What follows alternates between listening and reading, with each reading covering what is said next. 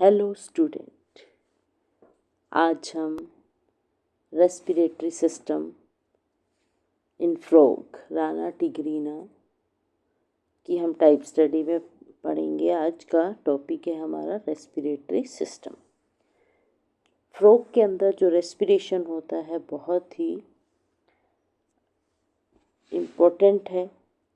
Important in the sense कि वहाँ पर आप देखेंगे डिफरेंट टाइप ऑफ रेस्पिरेशन जो है फ्रॉग के अंदर हो सकता है।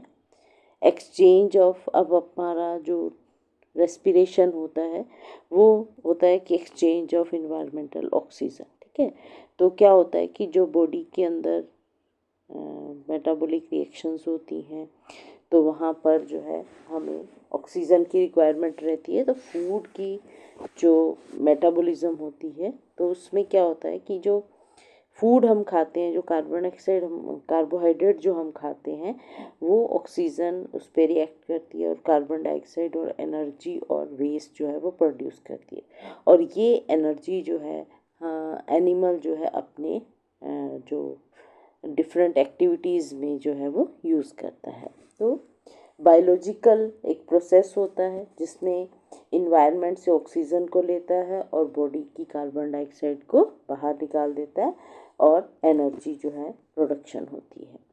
तो मेन जो रेस्पिरेटरी सिस्टम का जो मेन पर्पस होता है टू जितनी भी एक्टिविटीज़ हो रही हैं, चाहे वो लोकोमोशन है, फीडिंग है, क्रॉकिंग है फ्रॉग के अंदर, उन एक्टिविटी में जो एनर्जी की रिक्वायरमेंट है, जो फ्यूल की रिक्वायरमेंट है, वो हमें रेस्पिरेटरी सिस्टम से मिलती है। अब एसेंशियल जो कंडीशन है रेस्पिरेशन की वो है कि एक रेस्पिरेटरी मेम्ब्रेन का होना, एक ऐसे सरफेस का होना जिसके थ्रू एक्सचेंज ऑफ गैसेस जो है वो हो सके।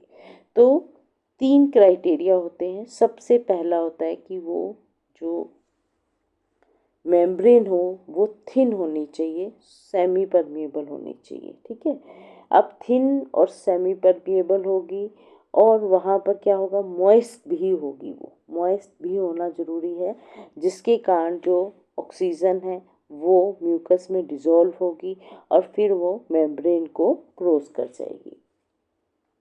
और वहाँ पर ब्लड सप्लाई वेस्कुलराइज्ड होना बहुत ज़रूरी है, हाईली वेस्कुलराइज्ड होना चाहिए, ताकि मैक्सिमम अगर ब्लड सप्लाई होगी तो वो उस जो एक्सचेंज हुआ है उस गैस को कैरी ओवर करके आगे जा सकती है। तो एयर जो है, जो इन्वायरमेंटल एक्सेस है वो डायरेक्ट भी हो सकता है, इनडायरेक्ट भी हो सकता है, चाहे वो एयर के थ्रू हो और चाहे वो वाटर के थ्रू। तो डिफरेंट टाइप की जो रेस्पिरेशन है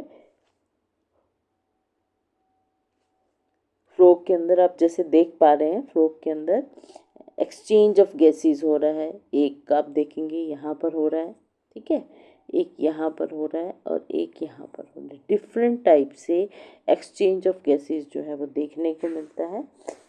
अब हम इनको एक एक करके आगे स्टडी करेंगे। तो रेस्पिरेटरी सिस्टम में, क्योंकि जो फ्रॉग है वो एम्फीबियन है, ठीक है, और इनके अंदर एम्फीबियस मोड ऑफ लाइफ होता है जिसके अंदर वो लैंड के ऊपर और वाटर के अंदर दोनों जगह जो है वो अपनी लाइफ जो है वो स्पेंड करते हैं। फ्रॉग के अंदर कॉमनली 3 तरह का रेस्पिरेशन देखने को मिलता है और उनमें 3 डिफरेंट रेस्पिरेटरी ऑर्गन होंगे।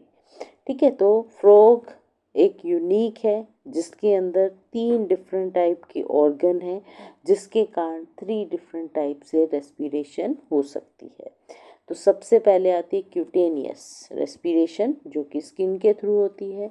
सेकंड होती है बक्कोफेरेंजियल रेस्पिरेशन जो कि माउथ की कैविटी की जो लाइनिंग होती है उसके थ्रू होती है। थर्ड होती है पल्मोनरी रेस्पिरेशन। अब यहाँ पर जो लंग्स होते हैं या जो एल्वेलाई होते हैं लंग्स के, उनके थ्रू रेस्पिरेशन होता है। जो नॉर्मल रेस्पिरेशन है उसको उसकी जो नीड है वो क्या है कि सबसे ज़्यादा क्यूटेनियस और बक्कोफेरेंजियल मोड ऑफ रेस्पिरेशन जो है जो नीड है उसको वो कंप्लीट करते हैं। लेकिन पल्मोनरी रेस्पिरेशन जब बहुत ज़्यादा रिक्वायरमेंट हो, जब बहुत ज़्यादा एनर्जी की रिक्वायरमेंट होती है, उस समय वो पल्मोनरी रेस्पिरेशन जो है वो करते हैं। अब इन तीनों में से, तीनों तरह के रेस्पिरेशन में से जो क्यूटेनियस रेस्पिरेशन होता है वो सबसे ज़्यादा इम्पोर्टेंट होता है। अब वो क्यों होता है ये हम अभी पढ़ेंगे। तो एफिशिएंसी और इम्पोर्टेंस दो चीज़ें जो हैं वो रेस्पिरेशन से सामने आई। एक तो होता है कंजर्वेशन। फ्रॉग जो है वो अपने थ्रोट को अप एंड डाउन करता है, ठीक है, जितनी बार वो एक्सहेल करेगा। तो उस रीब्रीदिंग को से मिनिमम जो है वाटर लॉस हो, ठीक है, रेस्पिरेटरी सरफेस से, ये इस तरह का जो रेस्पिरेशन होता है उससे ये वाटर की कंजर्वेशन जो है वो कर सकते हैं। दूसरा, पल्मोनरी रेस्पिरेशन जो है वो कांस्टेंट नहीं होता, ठीक है, और वो तभी कर होता है जब ग्रेट ज़्यादा कोई एक्टिविटी हो या एनर्जी की जो एनर्जी की रिक्वायरमेंट है वो बूस्ट हो जाए या ज़्यादा हो जाए, उस केस में जो है वो पल्मोनरी रेस्पिरेशन का यूज़ होता है। और पूरे प्रोसेस में माउथ और ईसोफेगस जो हैं वो हमेशा क्लोज रहते हैं, ठीक है। तो जो रेस्पिरेटरी ट्रैक होगा उसके थ्रू रेस्पिरेशन होगा, माउथ और ईसोफेगस का कोई रोल नहीं होता है रेस्पिरेशन में। तो ये फ्रॉग है जो कि एनूरा टेलस एम्फीबियंस होते हैं, उनके थ्रू, उनके अंदर देखिए थ्रू स्किन के थ्रू रेस्पिरेशन हो रहा है। ये बक्कोफेरेंजियल रेस्पिरेशन है और ये पल्मोनरी रेस्पिरेशन जो है उनके अंदर होता है। अब आता है क्यूटेनियस रेस्पिरेशन। हमने बताया स्किन के थ्रू जो रेस्पिरेशन होता है उसको क्यूटेनियस रेस्पिरेशन बोलते हैं और ये सबसे ज़्यादा इम्पोर्टेंट होता है, ठीक है। Most important type of respiration जो फ्रॉग के अंदर देखने को मिलती है वो होती है क्यूटेनियस रेस्पिरेशन। यहाँ पर स्किन जो है वो एक रेस्पिरेटरी ऑर्गन का काम करती है। स्किन बहुत ही थिन होती है, स्केललेस होती है, हमें पता है फ्रॉग के ऊपर कोई स्केल्स नहीं होते हैं, और मॉइस्ट रहती है क्योंकि उसके अंदर म्यूकस ग्लैंड प्रेजेंट होती है, ठीक है, और वाटर के थ्रू। तो ये इम्पोर्टेंट क्यों है? क्योंकि इसमें कोई मस्कुलर मूवमेंट की रिक्वायरमेंट नहीं है, कोई एनर्जी की रिक्वायरमेंट एक्सपेंडिचर नहीं होता है। इसमें एक लार्ज सरफेस एरिया जो है वो अवेलेबल रहता है जिसके थ्रू रेस्पिरेशन हो सकती है। एम्फीबियस रेस्पिरेटरी ऑर्गन का काम करता है क्योंकि ये वाटर के अंदर भी और लैंड के ऊपर दोनों तरह से रेस्पिरेशन को कर सकता है। पानी में होगा तो भी क्यूटेनियस रेस्पिरेशन हो सकती है और लैंड के ऊपर होगा तो भी क्यूटेनियस रेस्पिरेशन हो सकती है। ये एक ऐसा मोड ऑफ रेस्पिरेशन है जो कि हाइबरनेशन के दौरान भी जो है वो होता है। यानी कि आप देखिए जब वो इनएक्टिव फॉर्म में प्रेजेंट होते हैं, हाइबरनेशन में होते हैं, समर स्लीप में होते हैं, उस समय जो है ये अपनी सिर्फ और सिर्फ क्यूटेनियस रेस्पिरेशन के थ्रू जो है अपनी रिक्वायरमेंट को पूरा करते हैं। फ्रॉग जो होते हैं वो मैक्सिमम टाइम जो है वो पानी के अंदर सबमर्ज्ड रहते हैं, तो उस दौरान भी ये अपनी क्यूटेनियस रेस्पिरेशन जो है वो करते हैं। स्किन जो है किसी तरह का कोई एक्सोस्केलेटन नहीं होता, कोई स्केल नहीं है, कोई हेयर नहीं है, जिसकी स्किन जो है बहुत थिन है, मॉइस्ट है, ठीक है, और स्केललेस होती है जिसके through maximum exchange of gases जो है पॉसिबल है। तो स्किन जो है वो आइडियल है, ठीक है, आइडियल इन द सेंस हमने बताया कि वो जितनी भी रेस्पिरेटरी सरफेस के लिए रिक्वायरमेंट होती है सबको फुलफिल करते हैं, कि वो थिन है, मॉइस्ट है, ठीक है, और म्यूकस ग्लैंड प्रेजेंट होती हैं, पानी के अंदर जंप करते रहते हैं जिसके थ्रू उनके वाटर जो है सरफेस जो है वो मॉइस्ट रहता है, ठीक है, वेस्कुलर होती है, परमिएबल होती है ऑक्सीजन के लिए भी और कार्बन डाइऑक्साइड के लिए, और डायरेक्ट कांटेक्ट में आती है ऑक्सीजन के, चाहे वो पानी के अंदर हो चाहे वो एयर के अंदर हो। और ये लार्ज सरफेस एरिया जो है वो प्रोवाइड करती है, जिसके थ्रू मैक्सिमम रेस्पिरेशन जो है वो हो सकती है। अब इसका मैकेनिज़्म आप देखेंगे, क्या होता है कि जो ऑक्सीजन होती है वो एटमॉस्फेयर में ज़्यादा होती है, एयर में, ठीक है, और ब्लड के अंदर जो है वो ऑक्सीजन कम होती है, डीऑक्सीजनेटेड ब्लड रहता है। तो और ये जो ब्लड कैपिलरीज हैं कहाँ पर होती हैं, स्किन की डर्मिस के अंदर होती हैं, ठीक है। तो क्या होता है कि जो एयर में ऑक्सीजन होती है वो डिज़ोल्व हो जाती है, जो स्किन के ऊपर एक पतली सी फिल्म बनी हुई है वाटर एंड म्यूकस की, ठीक है, उसके अंदर जो है वो ऑक्सीजन जो है वो डिज़ोल्व हो जाती है। और दूसरा क्या होता है कि जो म्यूकस सरफेस स्किन के ऊपर प्रेजेंट है, अब ये डिफ्यूज़ हो जाते हैं इनटू द ब्लड। पहले एयर जो है, जो म्यूकस की लाइनिंग या वाटर का जो मिक्सचर प्रेजेंट होता है सरफेस के ऊपर, उसमें डिज़ोल्व होती हैं और फिर ब्लड के में डिफ्यूज़ हो जाती हैं, ठीक है। और इसी तरह कार्बन डाइऑक्साइड जो ब्लड के अंदर प्रेजेंट है वो एटमॉस्फेरिक एयर के साथ एक्सचेंज होता है। तो सबसे पहली रिक्वायरमेंट है कि गैस जो है वो लिक्विड के अंदर डिज़ोल्व होगी, जो कि स्किन के सरफेस के ऊपर, और फिर वो एयर में डिफ्यूज़ हो जाती है। तो इस तरह से आप देख पा रहे हैं ये स्किन की लेयर है, ये कार्बन डाइऑक्साइड आउटसाइड में जा रही है, ऑक्सीजन जो है वो इनसाइड में आ रही है, ठीक है। तो इस तरह की स्किन के अंदर जो है आप देखेंगे ये पतली सी थिन लेयर होती है, ये म्यूकस ग्लैंड प्रेजेंट होती हैं जो लगातार म्यूकस सिक्रीट करती हैं। तो इस तरह की उनकी स्किन जो है वो होती है। उसके बाद आता है सेकंड टाइप की जो रेस्पिरेशन है, वो है बक्कोफेरेंजियल रेस्पिरेशन। बक्कोफेरेंजियल रेस्पिरेशन जो होती है उसमें जो बक्कोफेरेंजियल कैविटी होती है उसकी म्यूकस मेम्ब्रेन जो है वो रेस्पिरेटरी सरफेस का काम करती है, और वो भी थिन होती है, मॉइस्ट होती है। वहाँ पर स्पेशल सेल होते हैं, गॉबलेट सेल्स होते हैं जो कि म्यूकस सिक्रीट करते हैं। हाईली वेस्कुलर होती है, परमिएबल होती है गैस के लिए, ठीक है, और एटमॉस्फेयर के साथ कांटेक्ट में आती है, ठीक है। और रेस्पिरेटरी ट्रैक जो है उसको उसके थ्रू जो है वो मूव करती है। तो रेस्पिरेटरी ट्रैक, तो जो ऑर्गन है वो बक्कोफेरेंजियल कैविटी है।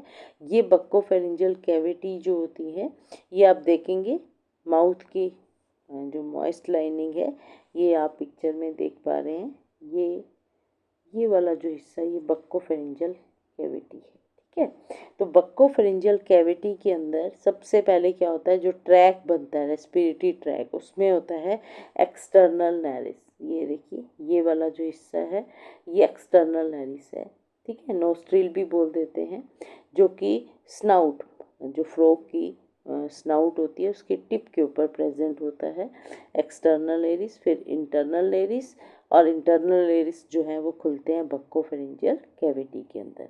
और ये बक्कोफेरेंजियल कैविटी जो होती है ये डोर्सोवेंट्रली जो है वो बाउंडेड होती है, एक तरफ से स्कल के साथ और दूसरी तरफ से वेंट्रली जो है ये थ्रोट, एक तरफ थ्रोट है दूसरी तरफ जो है वो स्कल होती है। जो बक्कोफेरेंजियल रेस्पिरेशन होता है उसका जो मैकेनिज़्म होता है, उसमें मैकेनिज़्म में होता है कि कैसे जो थ्रोट है वो लोअर हो रहा है या राइज कर रहा है, ठीक है, और उसके लिए स्पेशल मसल्स रहती हैं, ठीक है। तो रेस्पिरेटरी मूवमेंट जो होती है थ्रोट की लोवरिंग या रेजिंग के जो होता है वो दो तरह की स्पेशल मसल होती हैं जिनको हम बोलते हैं रेस्पिरेटरी मसल। और ये रेस्पिरेटरी मसल जो होती हैं, एक होती है स्टर्नोहेयल, ठीक है, और दूसरी होती हैं आपकी टेरोहेयल।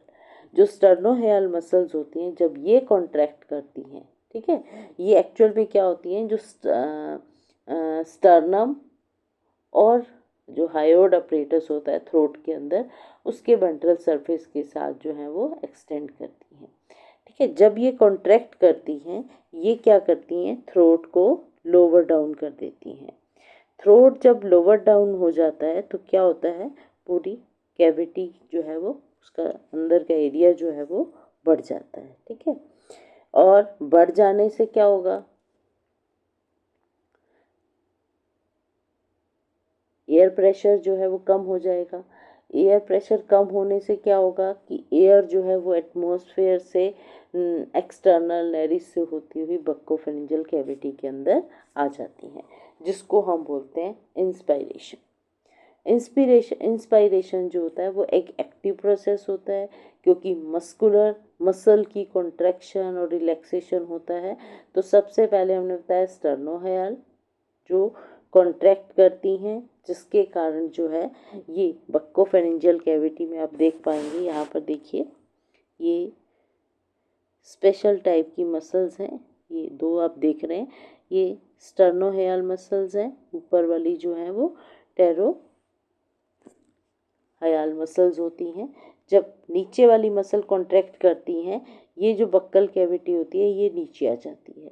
ये नीचे आने से ये उसके अंदर का जो वॉल्यूम है वो बढ़ जाती है, कैविटी की प्रेशर कम हो जाता है, तो एयर जो है नोस्ट्रिल से होती हुई बक्कल कैविटी के अंदर एंटर कर जाती है।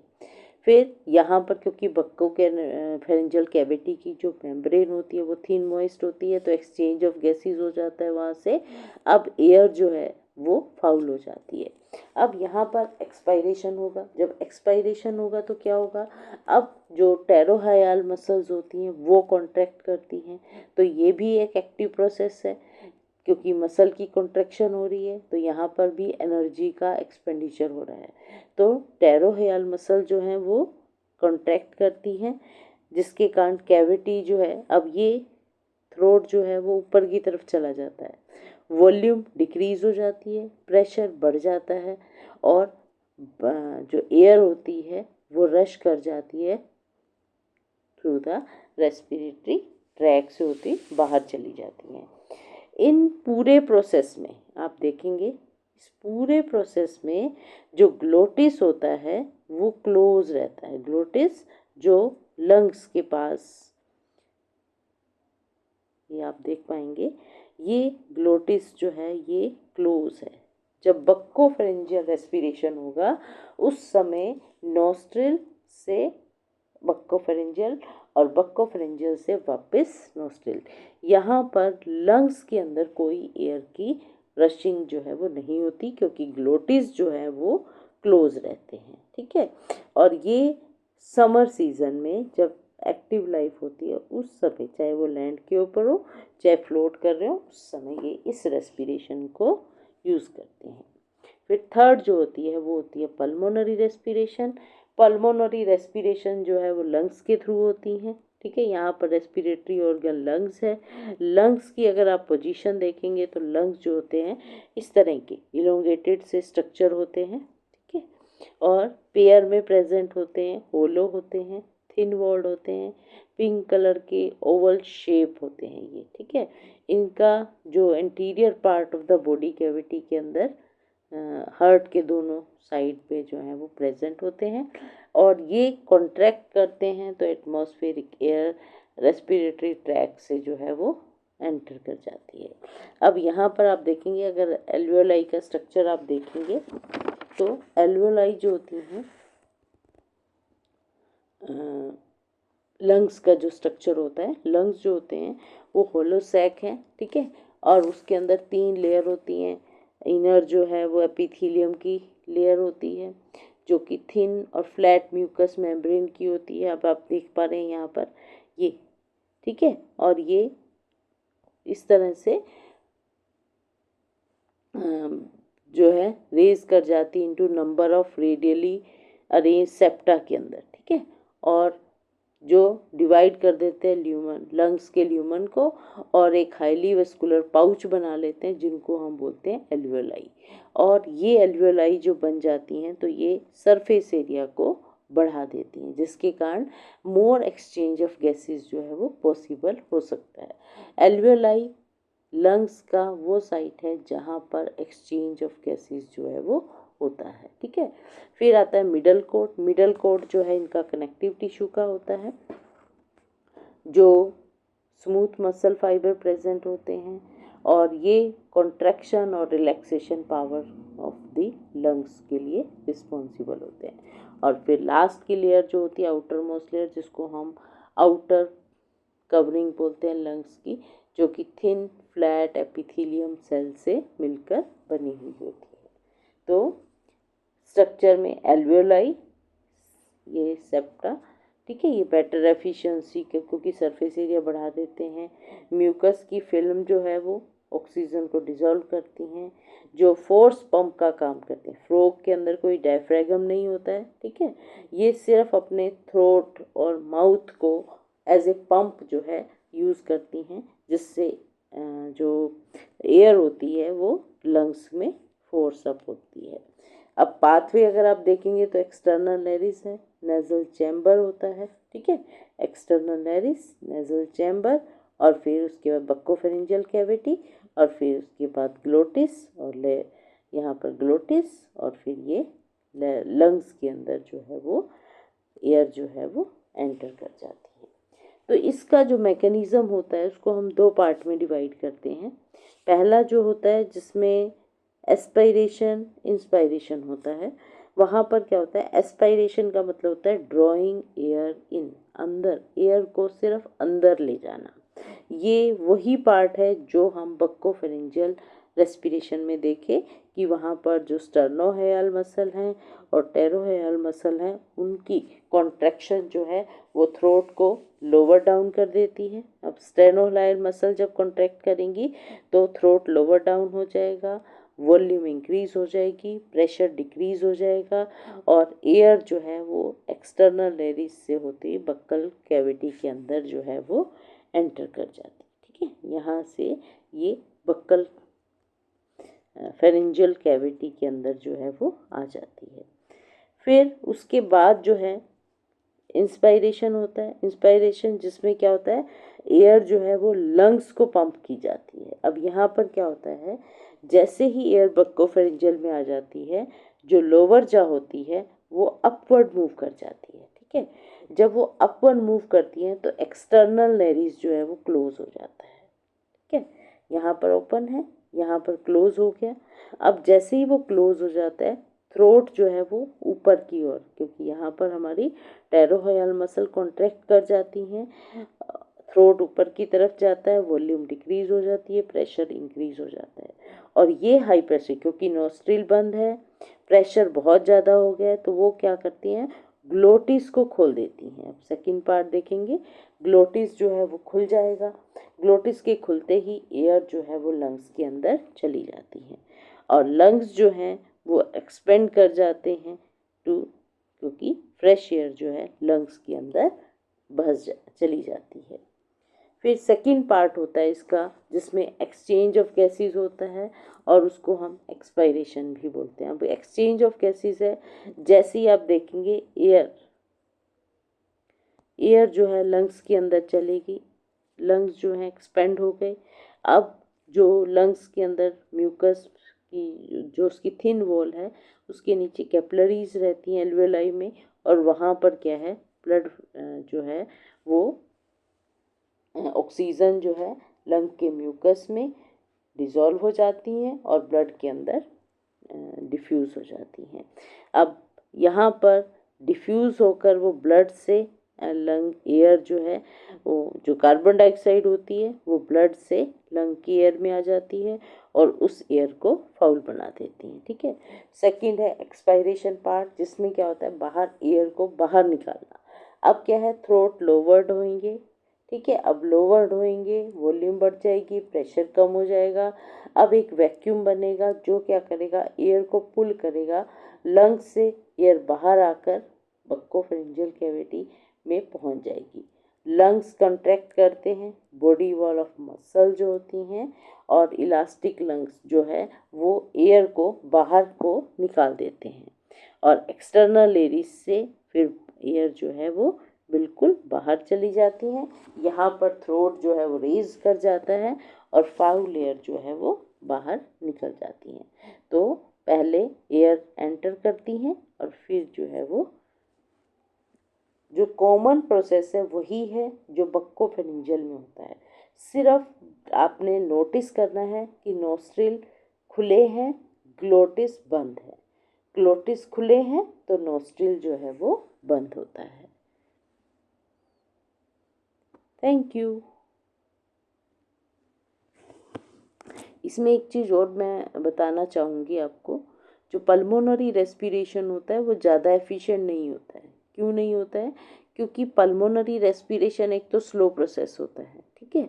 एक रेस्पिरेटरी साइकिल में 10 से 15 मिनट लग जाते हैं, ठीक है। दूसरा जो है, लंग्स का जो सरफेस एरिया है बहुत छोटा होता है, जिसके कारण थोड़ी गैस ऑफ एक्सचेंजेस होती हैं और कोई भी ब्रेंकियल इंटरकॉम जो है वो देखने को नहीं मिलता है, जैसे कि हम बर्ड्स और मैमल्स में देखते हैं। एयर जो है लंग्स के अंदर मिक्स्ड हो जाती हैं, क्योंकि बक्कोफेरेंजियल जो लाइनिंग होती है वो भी रेस्पिरेटरी ऑर्गन का काम करती है। तो पल्मोनरी रेस्पिरेशन, जिसमें लंग जो है वो रेस्पिरेटरी ऑर्गन का काम करते हैं, वो हाइड्रोस्टैटिक ऑर्गन का भी काम करते हैं, जिसके कारण जो फ्रॉग है वो फ्लोट कर सकता है पानी के अंदर। तो ये था respiration in frog. Thank you.